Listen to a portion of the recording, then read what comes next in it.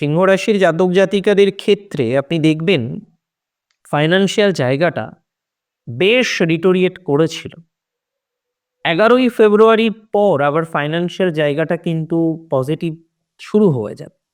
এমনিতে এখন যে একদমই ডিটোরিয়েট করে গেছে এটা নয়, ডিটোরিয়েট করেছিল, তারপরে ধীরে ধীরে ধীরে ধীরে কিছুটা ওভারকাম করে নেওয়া গেছে। অলরেডি কিছুটা আপনি ওভারকাম করে ফেলেছেন এবং এই যে ডিটোরিয়েশন, ফাইন্যান্সিয়াল পুরোপুরি স্টেবিলিটি আসা, এর পথে যে বাধা, যে বিঘ্ন, সেই বিঘ্নগুলোকে কাটিয়ে আমরা একটা নতুন সূর্য দেখতে পারবো অন্তত, সেই বিষয় নিয়ে কোনো ডাউট নেই।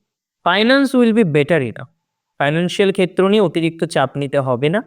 কেতু বসে আছে দ্বিতীয়, শত্রুতার কারণেও কিছু অর্থদণ্ড অলরেডি হয়েছে। এখন যাহা হয়ে গেছে তাহা হয়ে গেছে, সেটা নিয়ে তো আর কষ্ট পেয়ে কোনো লাভ নেই। আমি মনে করি যদি রাশিটি আপনার নিশ্চিতভাবেই হয়ে থাকে, কি রাশি? সিংহ রাশি।